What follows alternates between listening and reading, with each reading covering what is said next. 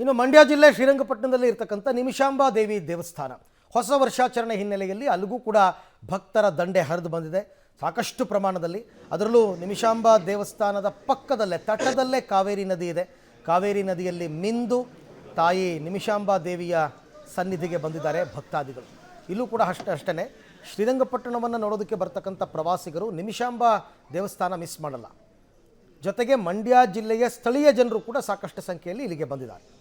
ಹೊಸ ವರ್ಷಾಚರಣೆಯ ಮೊದಲ ದಿನವಾದ ಇಂದು ಬದುಕಿನಲ್ಲಿ ಎಲ್ಲವೂ ಕೂಡ ಒಳಿತಾಗಬೇಕು ಆ ನಿಟ್ಟಿನಲ್ಲಿ ವರ್ಷದ ಮೊದಲನೇ ದಿನ ದೇವಸ್ಥಾನಕ್ಕೆ ಬಂದು ಜನರೆಲ್ಲರೂ ಕೂಡ ದೇವರ ದರ್ಶನ ಪಡೆದು ಬದುಕಿನಲ್ಲಿ ಎಲ್ಲವೂ ಕೂಡ ಒಳ್ಳೆಯದಾಗಬೇಕು ನಿಟ್ಟಿನಲ್ಲಿ ಬೇಡ್ಕೊಳ್ಳುವಂಥ ಪ್ರತೀತಿ ಇದೆ. ಅದೇ ನಿಟ್ಟಿನಲ್ಲಿ ಮಂಡ್ಯ ಜಿಲ್ಲೆಯ ಶ್ರೀರಂಗಪಟ್ಟಣ ತಾಲೂಕಿನಲ್ಲಿರುವಂತಹ ನಿಮಿಷಾಂಬ ದೇವಸ್ಥಾನದಲ್ಲೂ ಕೂಡ ಭಕ್ತ ಸಾಗರವೇ ಕೂಡ ಹರಿದು ಬರ್ತಾ ಇದೆ. ದೃಶ್ಯದಲ್ಲಿ ಗಮನಿಸ್ತಾ ಇದ್ದೀವಿ. ನಿಮಿಷಾಂಬ ದೇವಸ್ಥಾನದಲ್ಲಿ ಬೆಳಗ್ಗೆಯಿಂದಲೂ ಕೂಡ ಸಾವಿರಾರು ಸಂಖ್ಯೆಯಲ್ಲಿ ರಾಜ್ಯದ ನಾನಾ ಭಾಗಗಳಿಂದಲೂ ಕೂಡ ಜನರು ಇಲ್ಲಿ ಬರ್ತಾ ಇರುವಂಥ ದೃಶ್ಯಾವಳಿಗಳನ್ನು ಗಮನಿಸ್ತಾ ಇದ್ದೀವಿ.